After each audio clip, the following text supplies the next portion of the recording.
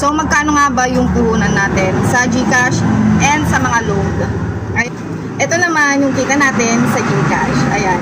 Ngayong 2025, maganda pa rin bang mag-put up or magdagdag ng GCash sa inyong tindahan? Ayan.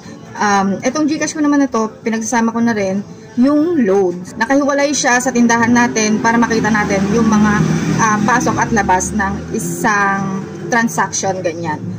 So, sa GCash, dapat may puhunan ka sa iyong GCash account and meron ka ding puhunan na pang cash out like this. So, magkano nga ba yung puhunan natin sa GCash and sa mga load?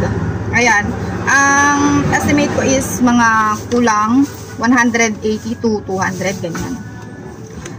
At yung pera na yun ay papaikutin mo everyday, ganyan. Siyempre, everyday ka din mag-note kung may yung makita mo, yung total ng puhunan mo, and yung total ng GCash mo. So, baka kasi may mga nang-i-scam na iba yung reference or meron pumasok na hindi pa naka-cash out. So, yun yung mga notes na kailangan kapag ka nag-GCash ka.